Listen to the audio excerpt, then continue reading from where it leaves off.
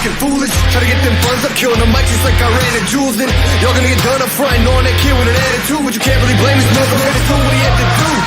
I'm about that cash flipping, I'm getting it on and off the market. Not about that VIP, not me, not never been a fan of carpets. All about that RIP for all of my Jesus gone departed. All about that finish, what I started, I'm about that. Top down like you're not ready. We ride, we're about that. So high, we see the whole city. We own the night. Top down like you're not ready. We ride, we're about that. So high, we see the whole city. We own the night. Know that I'm about it, want a man I can bring the drama. But it ain't by chance I'm fucking rapping, you don't really want a problem. Made a little cash in the back end, but still rapping like I'm starving. Yeah, y'all ain't gonna ask who the man is, hope I'm gonna be like, beg your pardon. I'm about that. Top down like you're not ready. We ride, we're about that.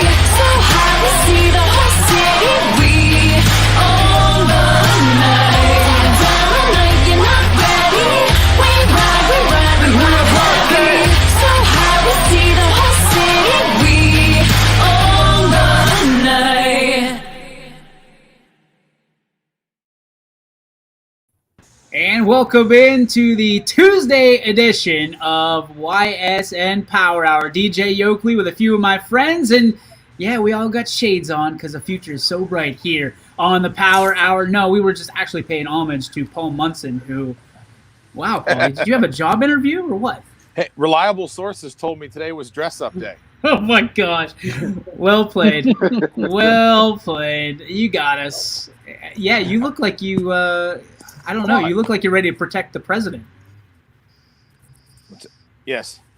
Yep. There it was. I thought you couldn't hear us again because of your No. I was your being dial-up told- modem. I was being told he's in a safe position, so we're good. The eagle has landed. All right, boys, let's kick it off. We had National Milk Chocolate Day, but literally during the intro, I found out it's also National Water Park Day. So let's go around and get your favorite water park of all time. I was going to start off, but I know that somebody's going to steal mine anyway. So let's go and start with Ty Bartell. What do you got, Ty? Well, I think I've only been to one, maybe two in my life. Waldemere out at PA, I always thought was a pretty cool one. Out of the ones I've been to, I've never been to any like the big mainstream ones. But yeah, Waldemere was pretty cool when I went. Is that the one in Erie? Yeah, it's right outside of here. Cool. Yeah, it's right around that town.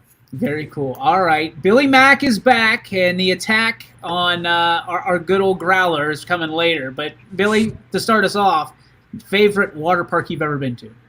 I think it's the only water park I've ever been to is Geauga Lake. There it is. That was it. I mean, showing some age here, but yeah, I mean, that place was great anyway, all around. It wasn't necessarily just the water park, but it was a pretty cool spot to be at in the summer.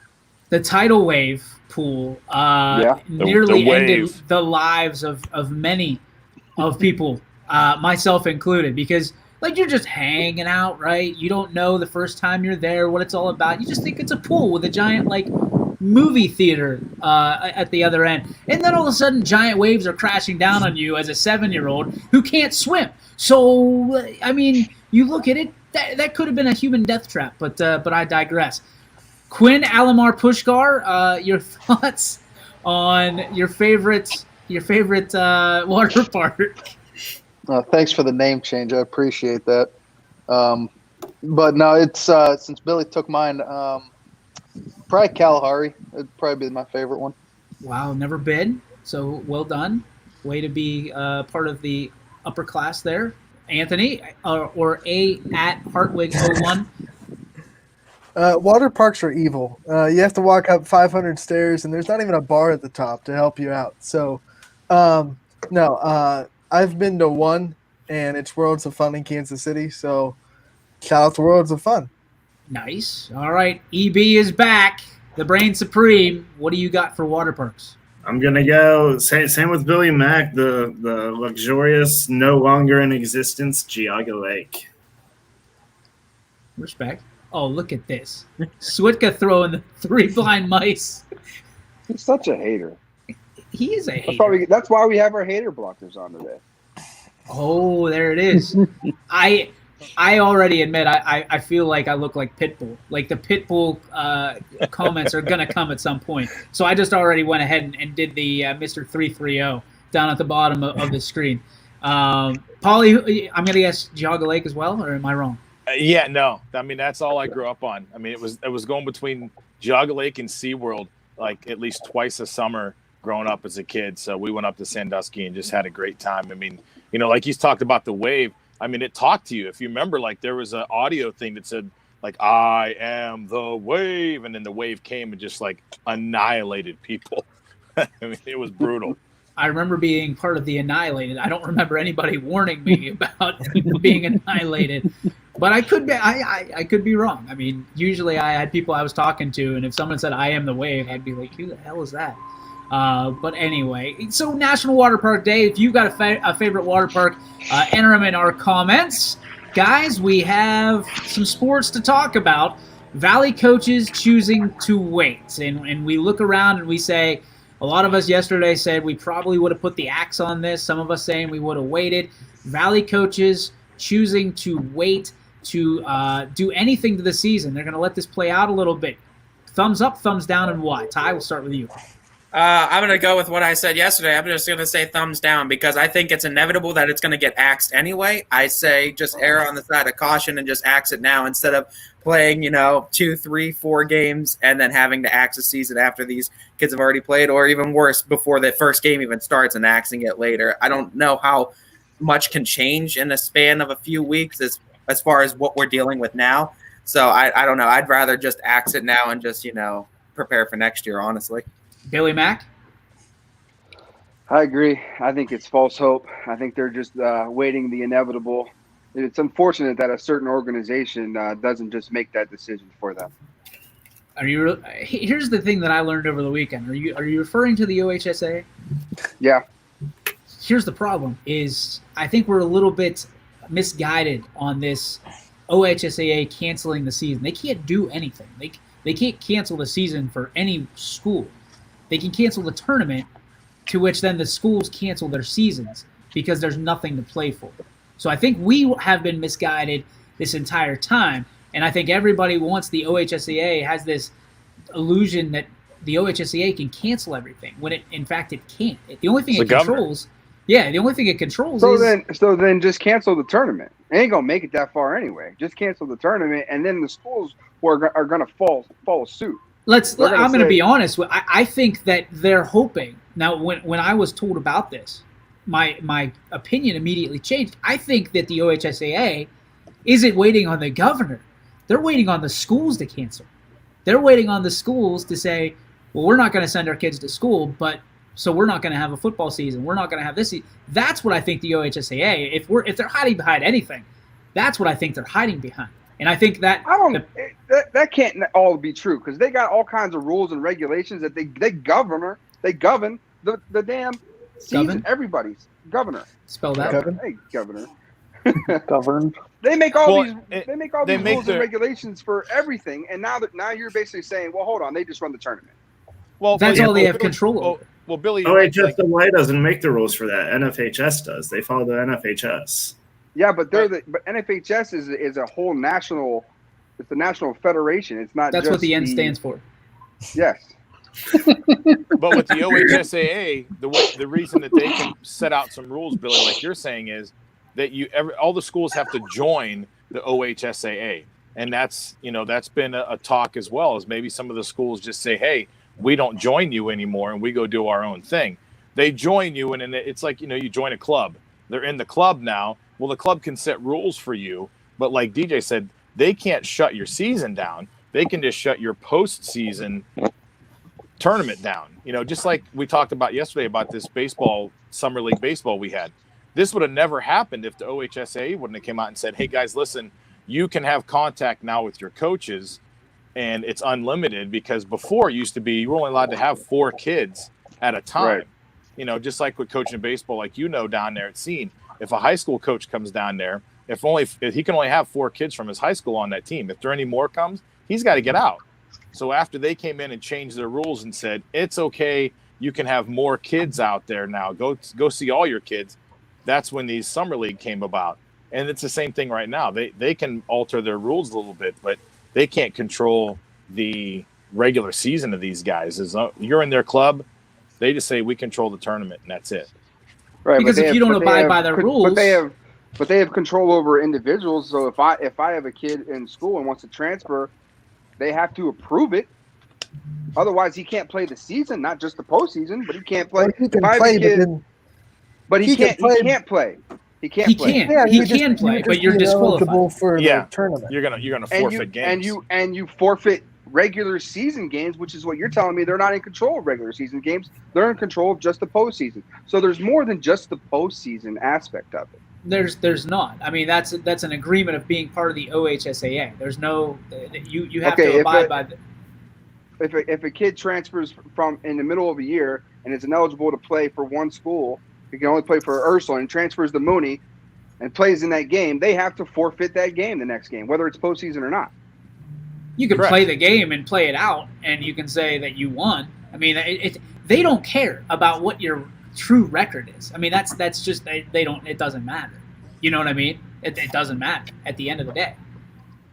They qualify you for your record qualifies you for their tournament, and that's where they make their revenue. They don't make any money. If I believe this is the case, they don't make any money during the year from ticket sales.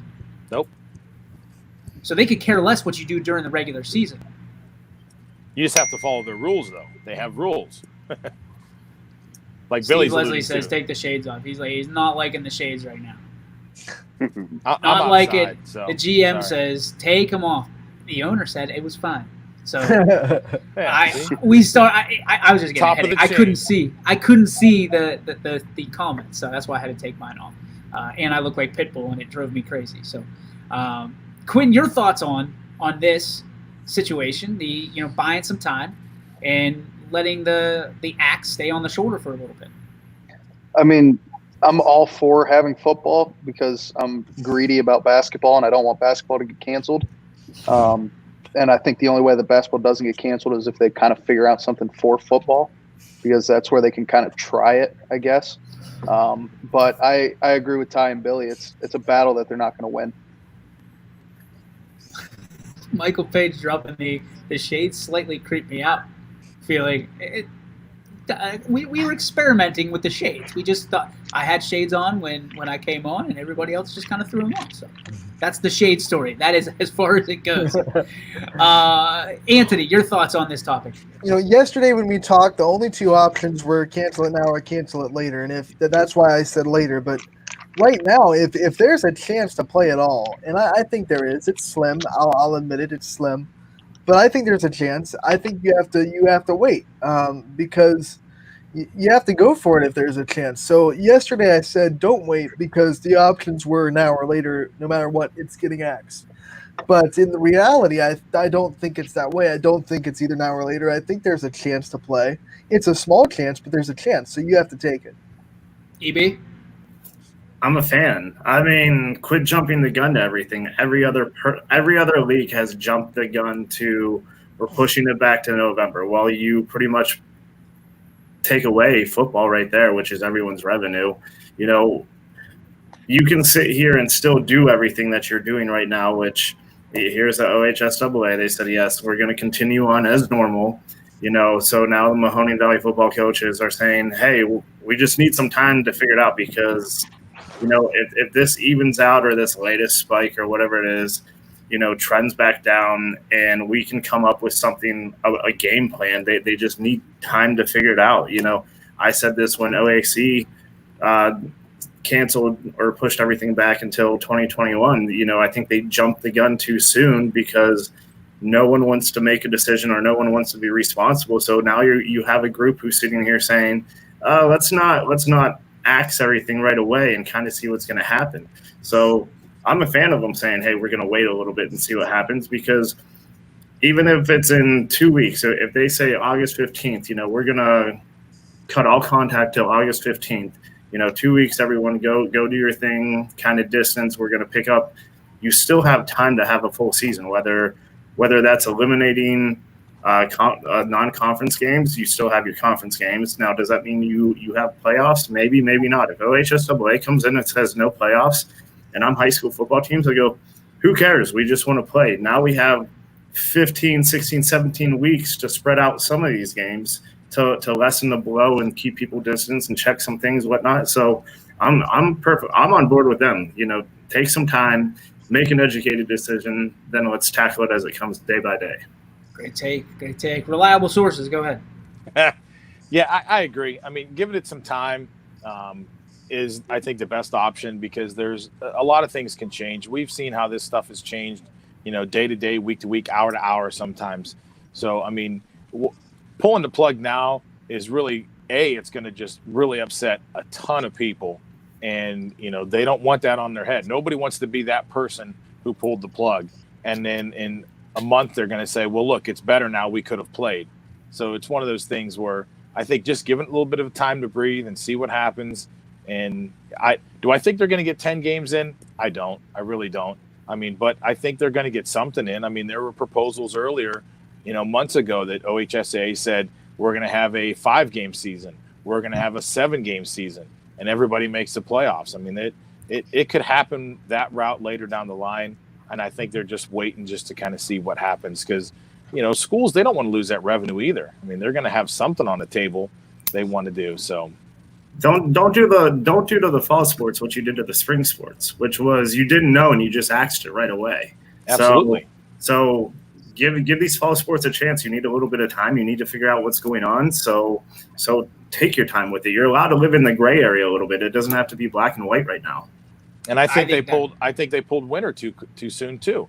I mean, they were right in the championships for the girls, for crying out loud. Girls were on the court. I mean, they could have let those girls play. They really could have. And even the boys, they could have got that out of the way because I think they just got too scared too fast and said, oh, we're done with this. And you ruined some kids' seasons, and it was terrible. I'm a fan, number one, of the take that you guys had. That was great conversation. I'm also a fan of Paul in the suit. That is probably with 90 degrees outside too. So that is it's actually a little better today. It's better than it was yesterday. That is a trooper right there, doing it all for the inside joke. You guys just don't see what's lower, so that's okay. We will never see what's lower. I will tell you that that's right meow. As I was putting together the show today, guys, I was asking for input, and this came across the wire. Ohio State limiting its attendance to 20% of capacity of the stadium in Columbus. Masks will be required, and there will be no tailgating for 2020 season. Is this a good thing? Is this a sign of we're going to have football, or is this a sign of just come on, let's just do it, rip the Band-Aid off, and go. Let's reverse course here. Let's go to you first. And I'm glad you did, because right before we came on, I was watching the governor, and one of the reporters asked him this question, how he felt about Ohio State allowing 20%, which they said would be about 21,000 people in the stadium. And he didn't know about it. He's like, I was unaware of that. And you could clearly tell he was not happy that they said that. And he said, listen, I understand they're trying to be prepared. He goes, are we ready to put that many people in the stands at a football game? He goes, at a baseball game, whether it's the Reds or the Indians. And, he named all the professional teams in Ohio, and then he named Ohio State. And you could clearly tell that he was not happy that Ohio State came out with this and said they're going to put 21,000 people in the stands. Listen, my question to him is, and I get they're going to let 21,000 in, which 21,000 people are you going to let in? Yep. Are you going to take your season ticket holders who've maybe had season tickets for a lifetime, their family has? Are they allowed in?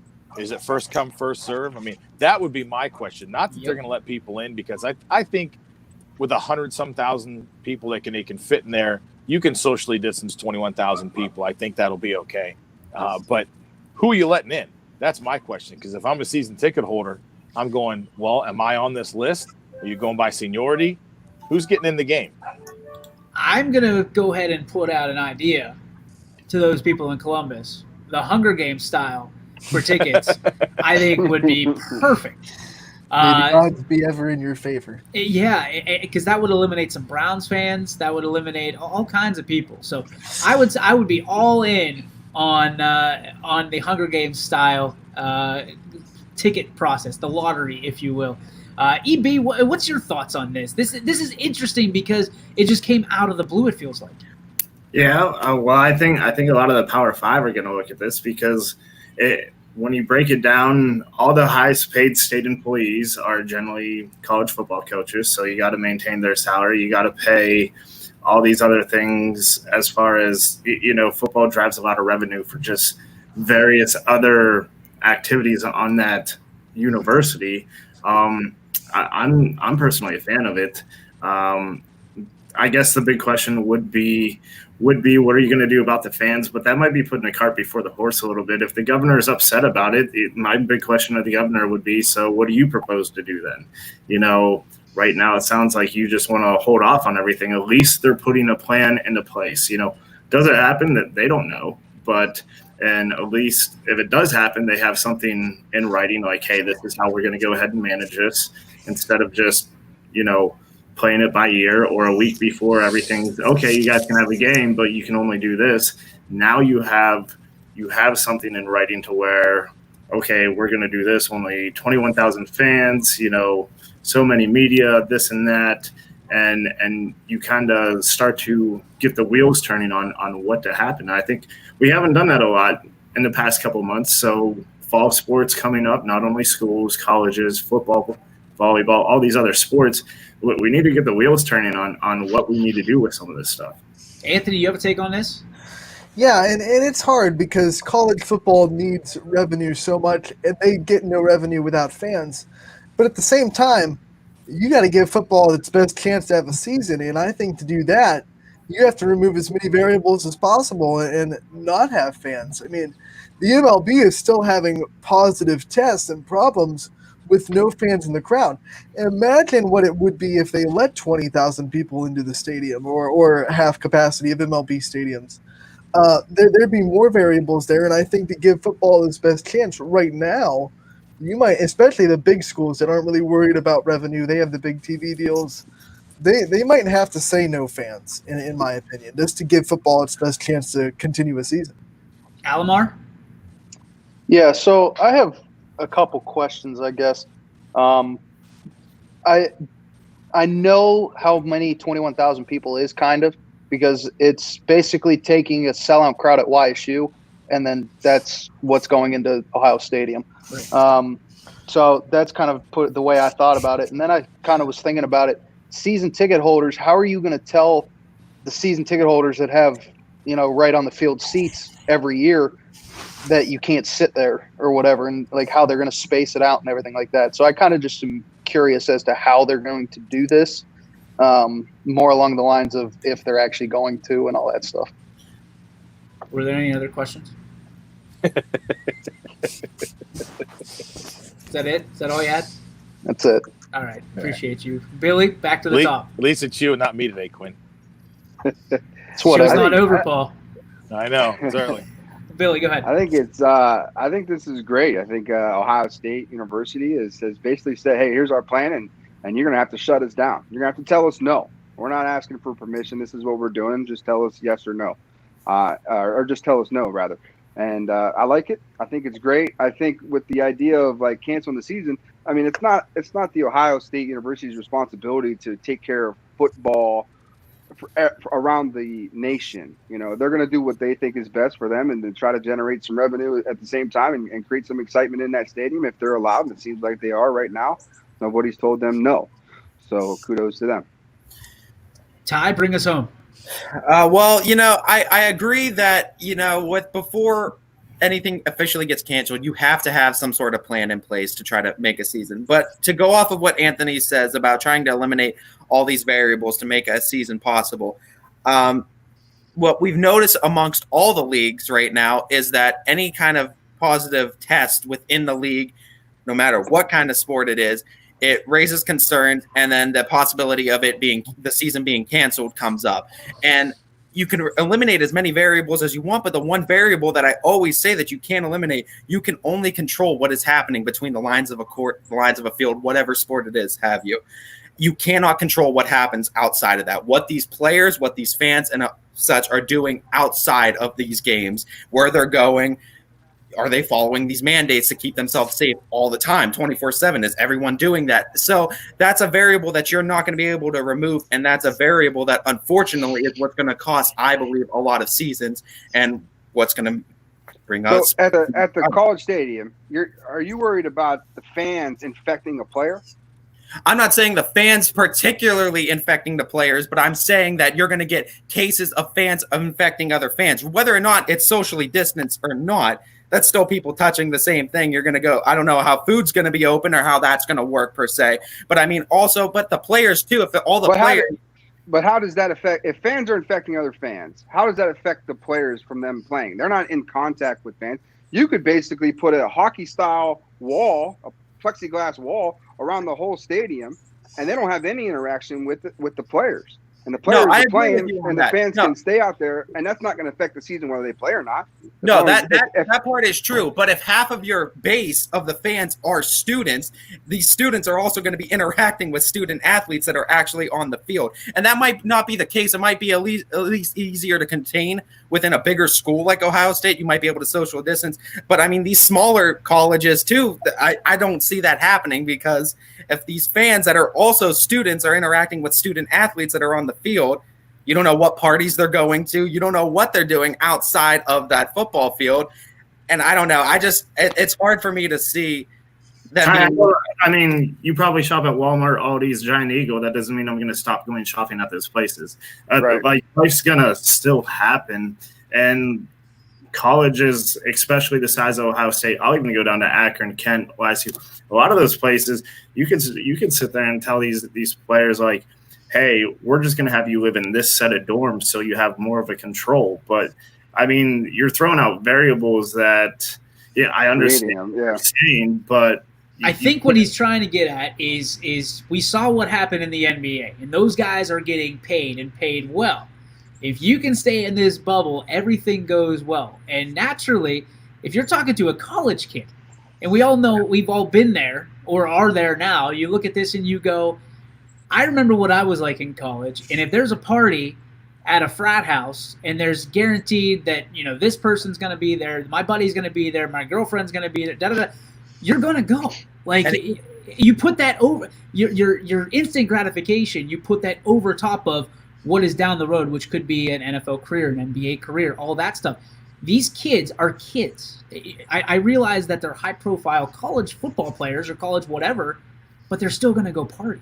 And that's why they're getting tested once a week, twice a week, whatever it is. I mean, they're still getting. But that's the thing, is they don't have that money to. I don't think the capabilities to test them as these big leagues. And EB, just to go off of what you said too, with Akron and Kent, I know of plenty of parties, because I'm from the area of Kent. I go to Kent State University. There was plenty of parties that were going on when they shouldn't have been, and that the whole shutdown was happening. None of these businesses were open, and there was still parties going on, and people were still going together. So put a star football player there who, you know, everyone knows. You think that they invite a star football player to a frat party or whatever party, that player's going to go. Narc. Don't be the guy that says there were parties going on. I'm just letting you know that's what happens. I mean, I know it happens. I went to Akron. I lived in the football dorms. That all those football players are. A lot of them are still to this day my friends, so it's not like. I thought you were going to say they were still in school. Well, still might be in school too, but you know, I'm not naive to the fact that college kids are going to party. Hell, if I was in college, I'd still probably party. But like, if you create the environment, more control, kids are going to be kids. Yes, I understand that, but even if they go to a party during football season, we'll take good old JT Barrett. You know, he got busted for drinking during football season. That was his prerogative to go party, to go drink, go drive, get pulled over. 9 times out of 10, a lot of those guys in season aren't out partying. Now, do they go to parties? Yes, I'm sure. And I'm sure with the situation going on now, coaches would even be more apt to saying, hey, we have 9 p.m. check-ins instead of 10 p.m. just to keep the control. So it's less of a problem. Now, granted, there's an exception to every rule, but it's going to happen, I'm sure, and it'll be news because it's going to be clickbait. But if you can control it as much as possible, then that's all you can do. I think Robert Swicka got hacked by our good old JB. Plexiglass. Yeah. And I think we kind of went on a curve there a little bit from where, DJ, the question that you asked and posed to us about the letting fans in there. And I know this sounds terrible, and it might be a terrible thing to say. I don't think they're worried as much about their student athletes and playing on the field as they are about the money. Because if they cared about the student athletes, then they'd say, we don't need the fans. We're not even going to put them at risk. We're going to put the kids on the field. We're going to keep them in separate dorms, and we're going to play football. We're going to play volleyball. We're going to play soccer, whatever needed to play. They need the money. And, it doesn't matter what university it is. They need the money. So if they can say, we can let 21,000 people in, we'll close certain sections down. We'll put those people out there. They need the money. And like, Mike was saying that, those people aren't interacting with the kids. That's true. That fan who's 50 some years old who came to the game, he's a season ticket holder. He's not down there intermixing with the players, but selfishly, the universities need that money. So they are kind of willing to take that chance, unfortunately, with some of the fans' lives and say, yeah, we're going to let 21,000 people in, wear a mask, no tailgating, and come watch football. And if they get sick afterwards, then, well, I like I said, I hate to say it. I don't know if the university really cares that much. That might be okay. I feel that this might be a plan that they know they're not going to have to enforce. I think that's what they're doing, because I think they know something we don't, because just weird that Columbus, where Ohio State is located, knows a lot more than we know here in Youngstown, Ohio, enough that they can put capacity numbers on their fans and tailgates and all that stuff. I feel like this is their way of showing, hey, we had a plan, but we're all going to get the rug pulled out from under us. So I'm buying into that conspiracy theory right now. I could be way off like I usually am. Well, that county, Franklin County, is shut down their schools and stuff already too. I just don't think that this is legit. I think this is, hey, we had a plan in place, but the NCAA or the governor or whoever it ends up being, they put us against a rock and a hard place, and we had to pull the plug. So we do have some breaking news, guys, that I want to get to. The MLB, this goes into what we were going to talk about in our next segment. The MLB postponing all Marlins games through Sunday after the recent coronavirus outbreak. It impacts the schedules of the Yankees, the Orioles, and the Phillies, who coincidentally all, I believe, will probably be on the same kind of boat. Because the Yankees and the Phillies canceled their game last night. I believe it's canceled tonight again, I believe. So you look at that. Another day, another postponement in the MLB. Now it's through Sunday. The Marlins testing four more positive for the coronavirus. All players.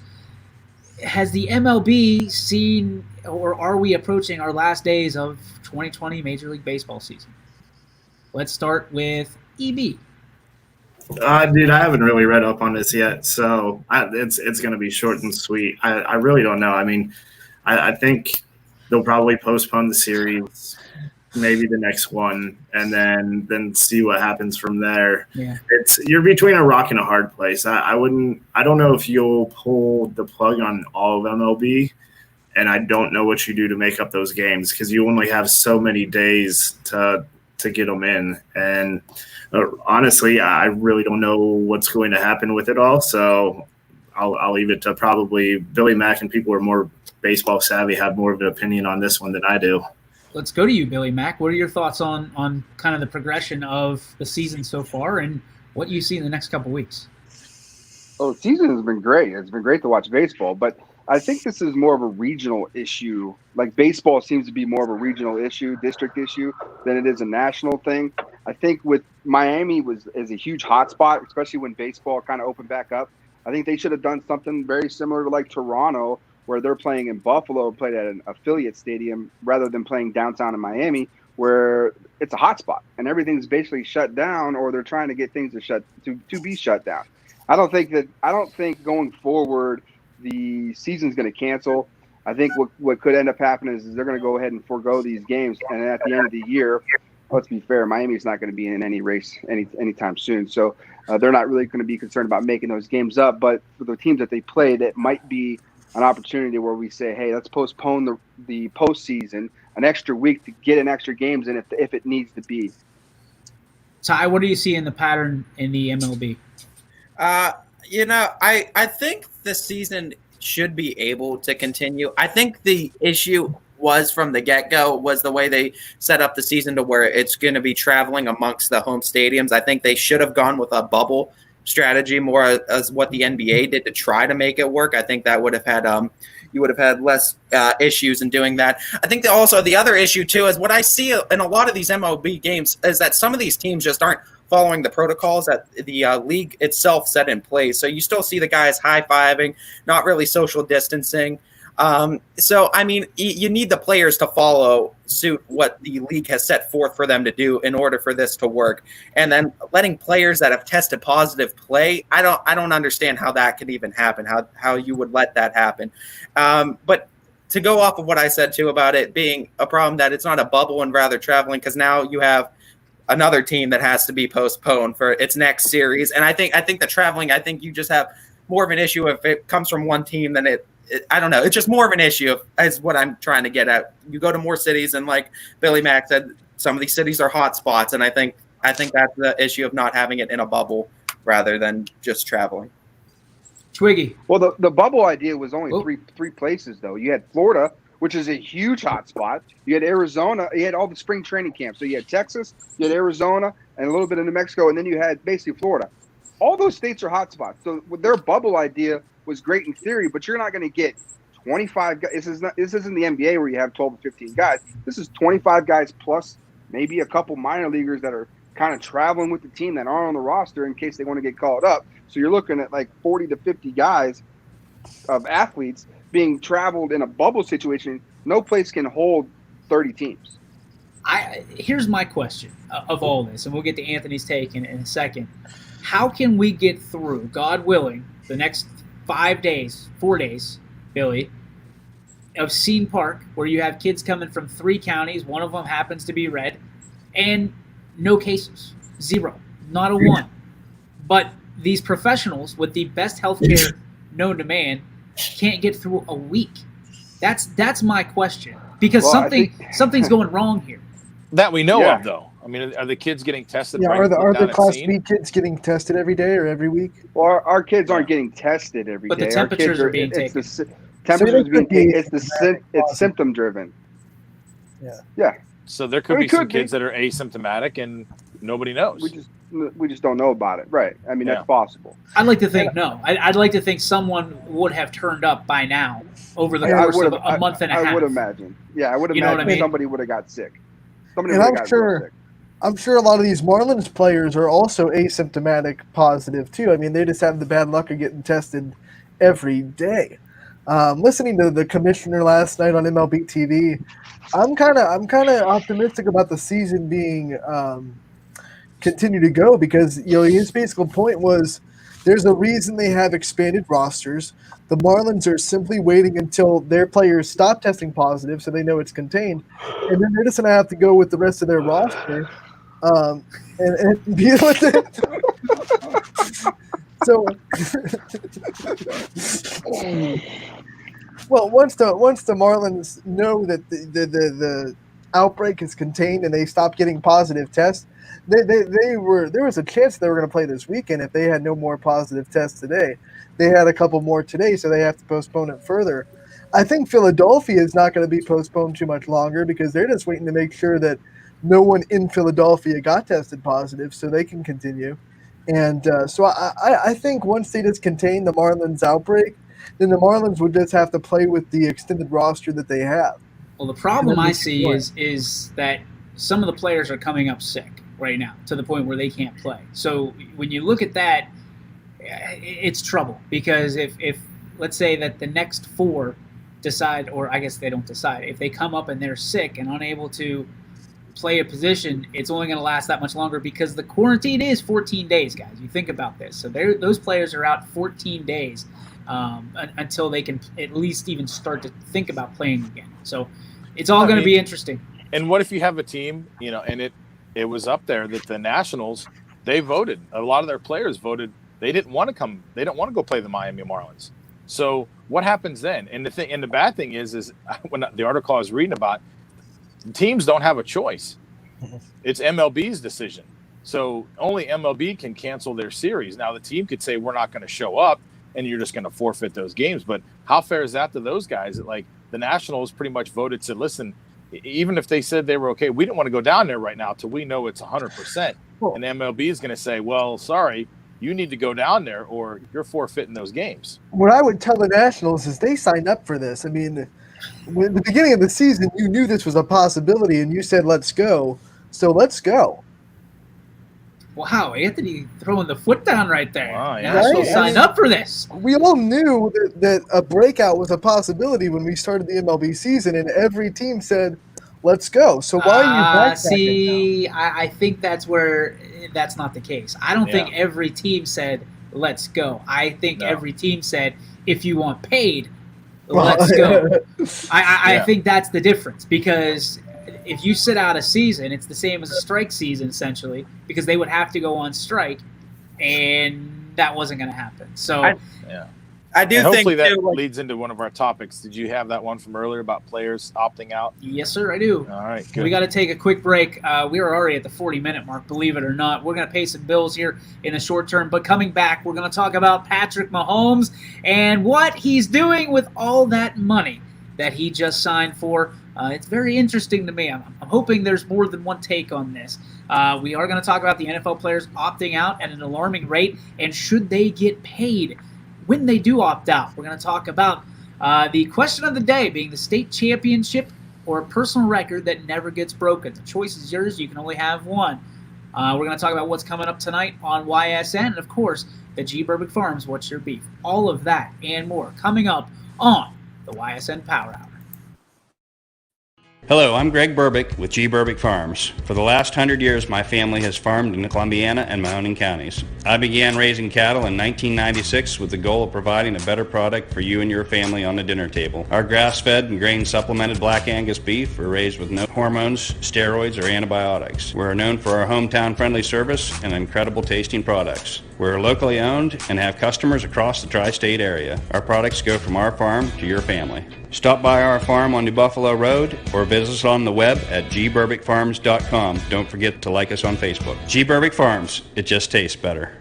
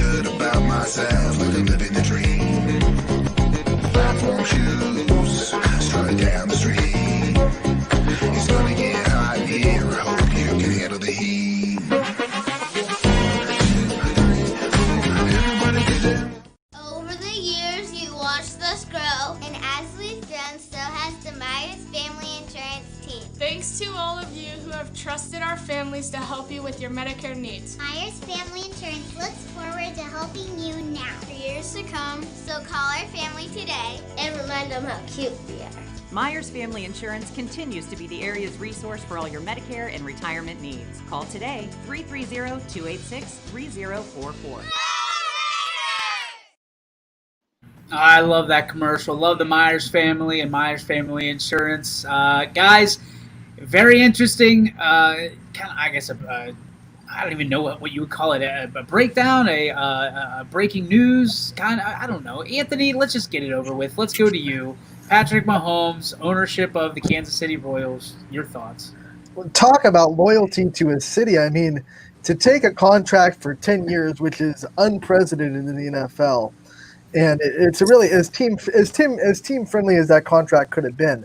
because it allowed the Chiefs to go sign Chris Jones to the 4-year, $80 million deal that he was kind of demanding. So the Chiefs were allowed to sign their best pass rusher for the next 4 years because Mahomes didn't take his money up front. And then Mahomes goes and he sticks even more roots in the city of Kansas City and becomes a part of the ownership group for the Royals. I mean, we talk about loyalty in professional sports. I don't think there's a better example of it than putting roots in the city. The community outreach that he does with the Mahomes Foundation and the Mahomes Foundation out there, it's just there hasn't been someone in Kansas City like this since maybe Derek Thomas in the 90s, and I love to see it from a city that I love very much. I mean, the Braun bill was cool.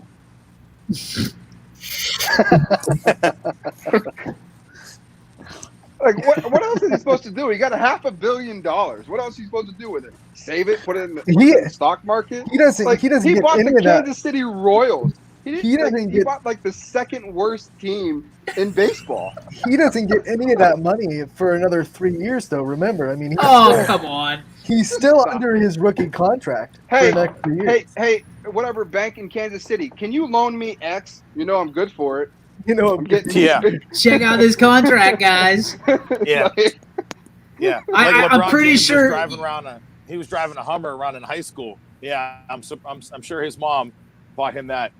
Yeah. I don't think that he's going to have any problems. I didn't say he was hurting financially. He's just not getting $50 million a year for another couple of years. Oh well. I'm sure he's. By the way, in my wife, I got to give credit where credit is due because my wife Sarah pointed this out.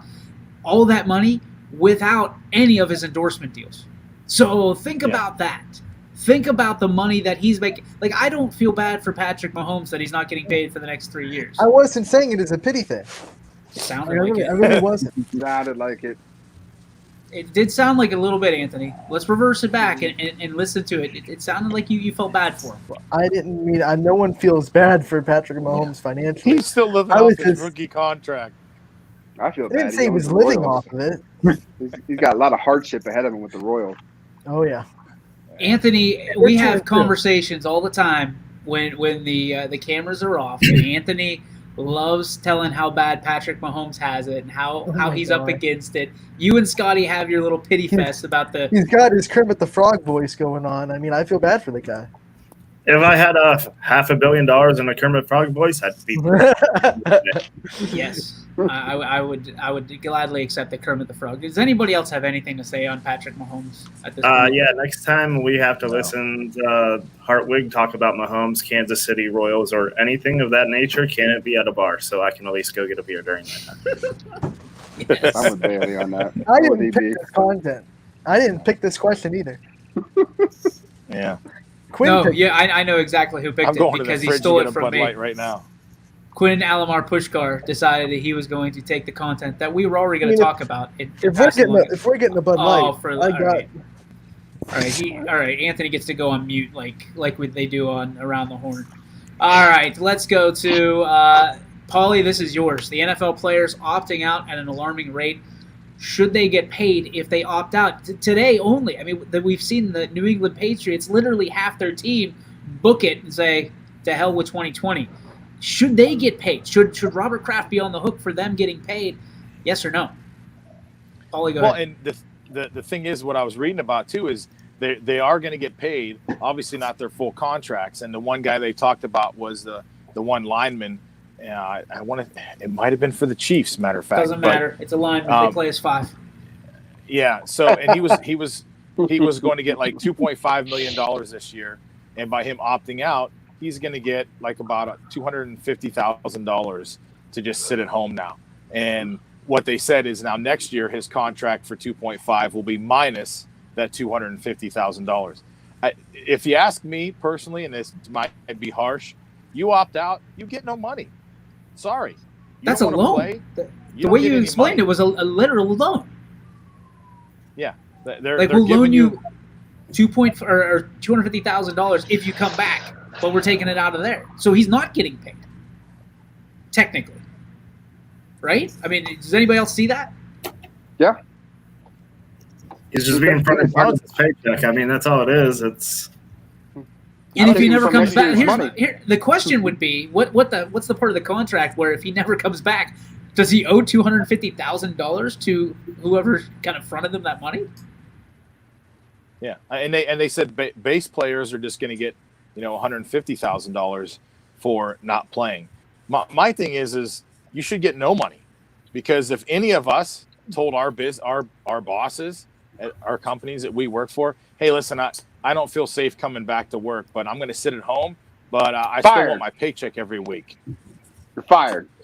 Exactly. You're not going to get it. It's funny you say that, because I've got a different scenario that I will bring up. Is being in that situation. It's difficult because you want to protect your guys, right? All of you guys. If you were dependent on your paycheck at YSN, and as we are battling a pandemic, it's my job to make sure that, number one, the bills are paid. But then my second job is make sure my guys, my girls, whoever works for me under my umbrella is taken care of.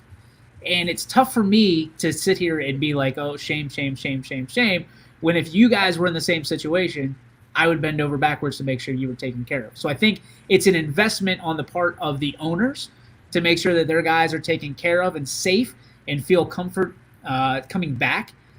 But there's also come on, dude, like, seriously, let's go. Come on. But with us, with this business, or any other business, except for something that you have to do hands-on stuff, you could still ask us to do different things. Hey, can you do some research? Hey, can you make some phone calls? Can you write a story? Can you do that?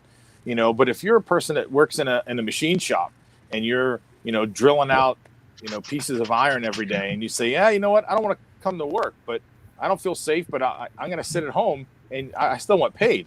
You can't be drilling out pieces of iron at home, just like a football player. I'm going to sit at home and just block a dummy all day, but hey, I'm still doing something. You need to pay me. And yeah, you can't do the job that was asked. You don't get paid. Yeah, I say and that's no. that's why I don't like guaranteed money at all. Zero, because none of us are guaranteed money, right? If you don't show up to work, No. What happens? You don't get paid. You don't get paid. If you don't do your job, you don't get paid. So explain to me why a professional football player or any athlete at this point is guaranteed money to do something that it's a game. I've never been a big advocate for guaranteed money, because I don't think anybody should be guaranteed anything. We're told early on in our lives, nothing is guaranteed, apparently, until you sign a contract in Major League Baseball. If you're Mookie Betts, you got $365 million guaranteed.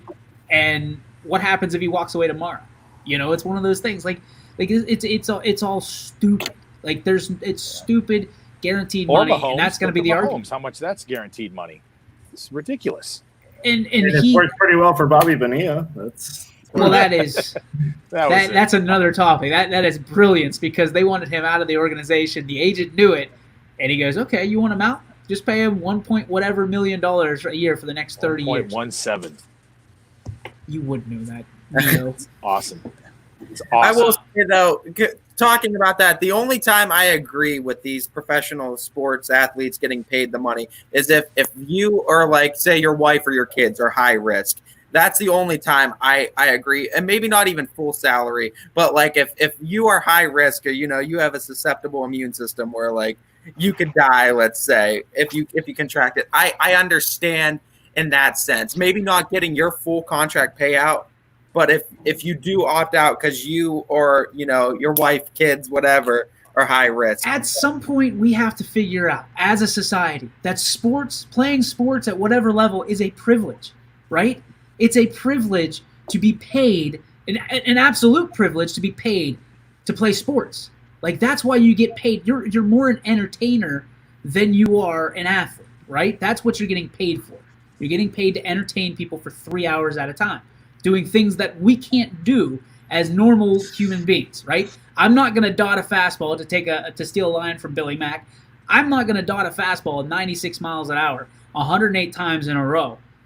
And that's just human. These people are freaks. These people are absolute freaks. We pay money to see them because we can't do it on ourselves. Nobody's paying $70 a ticket to come see me and my buddies play slow pitch softball. Let's just put it that way, right? So, like, at some point, guaranteed money should never be, because there's no guarantees. We're in a situation right now in a pandemic. There's no guarantees that fans are going to be able to come to the stadiums to support that. You know what I mean? To be able to back up the owners who pay the salaries of these athletes. So I don't like that there's guarantees in these contracts. There should never be guarantees. I agree with you too. I agree that there shouldn't be guarantees in the contracts. I'm just saying it should be, because I know a lot of like companies for jobs like any of us, like for some companies that the company that I work for as well, if you have a high risk, if you yourself are high risk, you're able to take an extended leave of absence. I don't know, it was 6 weeks with pay.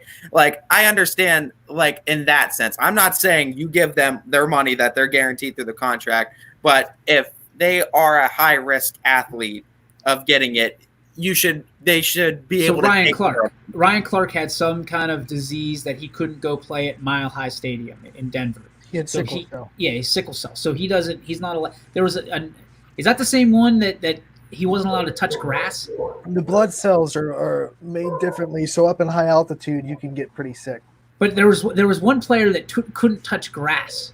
Well, then why are you playing football? and I was so confused. I was like, how does that work? High school? Yeah, how does that work? So you only play when then there's turf, or how does it? But like, if I mean, not to be a jerk, but like if I'm a wide receiver, I'm taking a clump of grass with me, and he can't touch me. So I'm just doing this all the way down the field. But bad joke. But you look at it, I just, the guarantee contracts guy, even if you're high risk, I get it, I understand it, but they make other jobs. You know what I mean? You might be really good, but you should not be paid premium for playing, for doing a third or a half or even 3/4 of the job. You got to do the whole job to get the full amount of money. I'm sorry. That's just how I feel. You work hard, you get paid. That's how it works. Loved Robert Swicka bringing in the contracts being laughable. Like Mahomes' contract, come on, man. Like the Giancarlo Stanton contract. You look at some of these contracts, A-Rod's contract. A-Rod in the top 15 of all time. A-Rod's on there twice. That's not their fault. That's not their fault, though. It's not whose fault? I'm never gonna. It's not the players' fault. The owners are paying them this money. It's that, and then the players' union too. Well, yeah, the players' union, the MLBPA is sitting there like, you can't turn this down. It's one of the strongest unions out there too. It's not, and it's competitive between all the owners. If you didn't want to give out A-Rod money, the $236 million that he got, or $250, that somebody was going to give it to him. So let's sit there and say if the Yankees didn't want to give it to him, the Rangers gave it to him, or somebody else. See, the Red Sox were going to pay him less, and he wanted to be a member of the Red Sox, and he said he wanted to be with the Red Sox, not with the Yankees. And the union said no. And the same thing just happened to Bryce Harper with going to the LA. So I mean, I get it. It's stupid. It's stupid. I get it, and then they're protecting the other players, so they inflate the money for other players for future money. Yeah, but a lot of these contracts, you're never even. It's all monopoly money. You're never going to see it, because some of these things are so out of this world, unbelievable. Like, will Patrick Mahomes see 10 years? Who knows? I mean, I know Mike Trout's going to get his money. But he's one. Listen, he's one fastball away from not. He's guaranteed money. That's the problem. His contract's which goes back to our problem. He's going to get his money. But that's the owner's fault. The owner could have said, "I'm not going to give you guaranteed money," and then he's a free agent. So then he goes to somewhere else, and they offer him guaranteed money. So it's not the player's fault. It's not even their issue. There needs to be stipulations. There should be no such thing, in my opinion, as guaranteed money ever. There needs to be stipulations in the contract saying, if you play, as long as you show up on the field, no matter what your statistics say, you get your money. Now I look at it still. It's a two person contract. It's not just one person signing that contract. No, I get that, but you also have the Pirates situation where you're never going to sign those deals, and you just bring them up through the ranks and you ship them out. And if you want the money, and if you want the money to come down, then you got to put either a minimum or a maximum salary. Both. Yeah, you got to put both in my. And a lot of times, Billy, it's not even the players that are the ones sitting there. It's their agent and the owner sitting there. Yeah. The agent goes back to the player and says, "Hey, listen," and they're offering $50 million for the next 5 years or something. He goes, "Well, okay, that sounds good to me." he's going to get paid. Is that what they sound like whenever they're talking about it? And then the agent says, I don't think that Patrick Mahomes sat there and said, I want $400 million for the next 10 years. Go get it for me. I highly doubt he was sitting there saying that. You don't think so? True. I don't think so. I can hear Patrick Mahomes say, I want to be the highest paid player of all time. I can hear him say that. If you firmly believe that, you tell your agent that, you go get it. I don't think he just went, I would like $452 million. Kermit the Frog here. We got to move on because we are up against the clock right now, guys. Question of the day, state championship or personal record that is never broken. You can only have one. What are you taking? Let's start with the state champion JV baseball coach himself, Paul Munson. I was part of the varsity squad too. For me, it would be state championship, and especially the way taking our personal way, we had it the first state championship at that school. I would take a state championship over personal record never being broken. All right, let's go over to EB. Your thoughts, sir? I would probably go state championship. I just think it holds a little more weight. People don't forget about state championships. If I asked you, hey, who was, the points leader in basketball, you probably would have no idea. So, but everyone always remembers state championships, and I think there's just better stories to go with it. Anthony.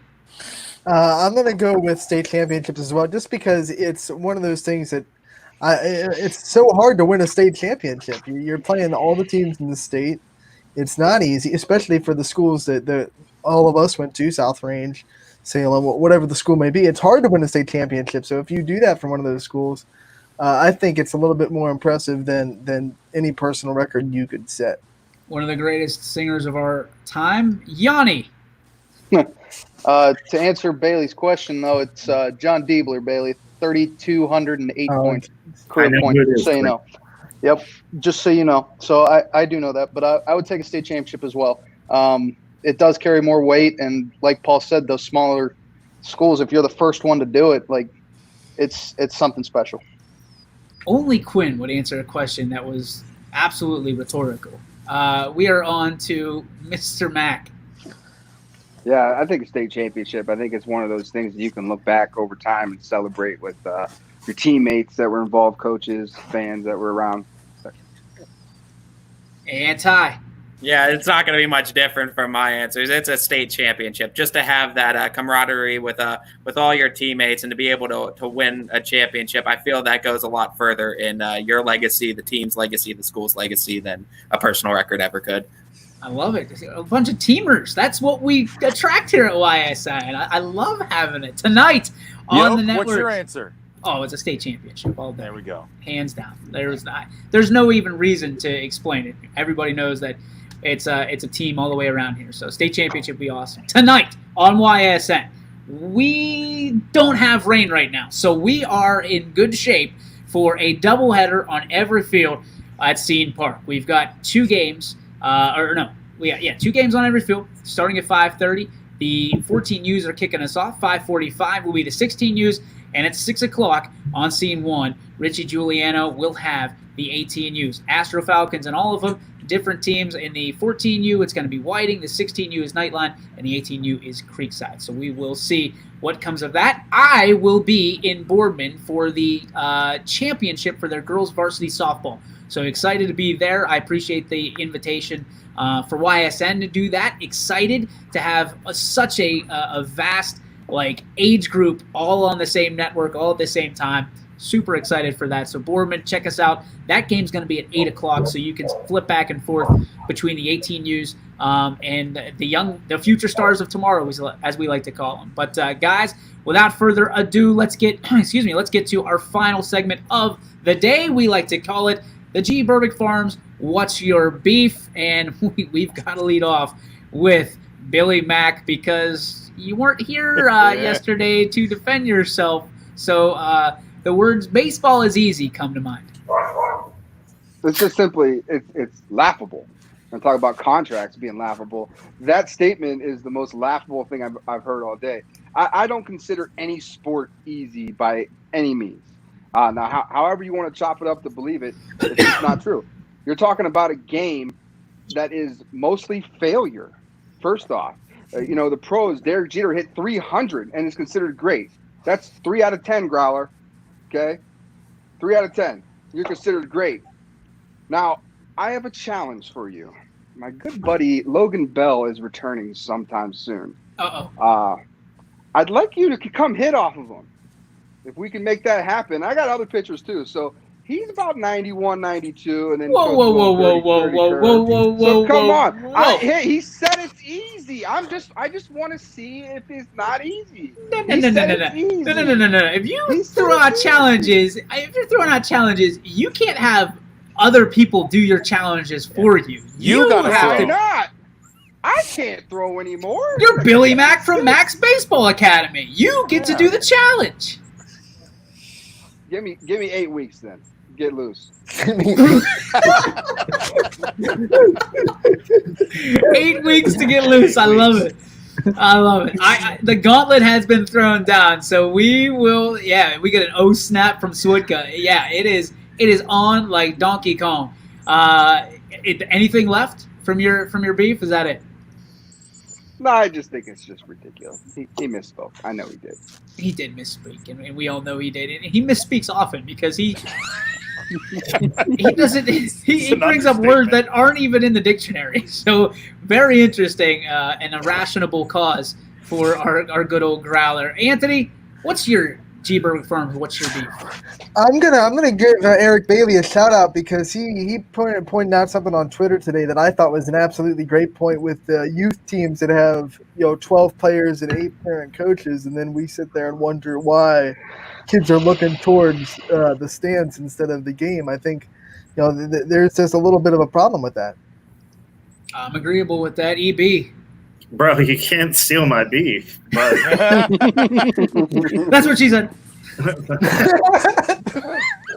I mean, yeah, that was kind of. I saw it a couple of times this weekend at an AAU tournament. You see it a lot in baseball. You see it a lot in football, to where you have, what 25 kids in football and 12 coaches, and same with basketball. Break down the numbers however you want. Honestly, parents, dude, let your kids be coached. It's going to teach them more life lessons than anything, other than how much you coddled them or how many more hits they got or, everything. Enjoy watching your kids once in a while. Let someone else do the dirty work. Go be mom and dad and just let them have their time. Do I have to say more? You should say more. It's a beautiful camera angle for me. So my beef is it's along the lines of AAU as well. It's other coaches worrying about what you do with your own team. It wasn't mine for once, but I saw another coach complaining that he was getting pressed when he was down by like 50. Basically, it's not the winning coach's fault that his team is better. Worry about stopping them. You have fully subscribed to Jeff Brazil's offense, have you not? Oh, I've been all in on Jeff Brazil's whole scheme for years.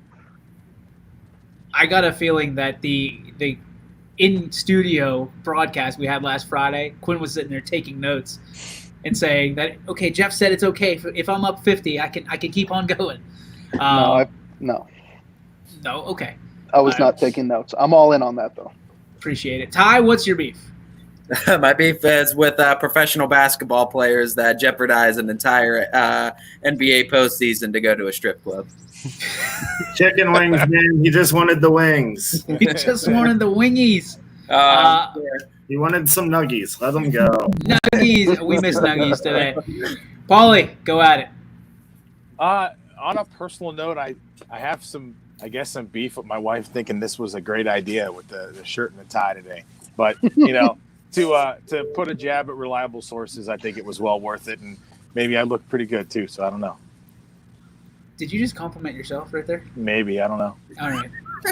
Good on you. The glasses reflected when I was looking. So, hey. Have we got everybody covered? Yeah, you're up. All right. My beef is with the WWE. Right now, I heard a report that they are going to do SummerSlam. They canceled SummerSlam. I think it was in Boston. and they're going to do SummerSlam either at a beach or on a cruise ship. So I'm very interested to see. I don't think either one's a good idea. Not that I like the performance center stuff, but I don't exactly understand. I don't exactly understand why you'd want to do either one of those. And Kerry Munson chiming in. There we go. Well, Paul's going to be sleeping on that porch, I think, tonight. So congratulations, Paul. We're all proud of you. But that is your I got G. a pillow. I'm okay. That is your G. Burbick Farms. What's your beef? And that is also, before we go, I do want to send a shout out and forward everybody over to the YSN social media page, I believe on Facebook, where during the championship game for the Mahoning Valley League, there was a special moment that doesn't happen very often. It was very real. It was very awesome.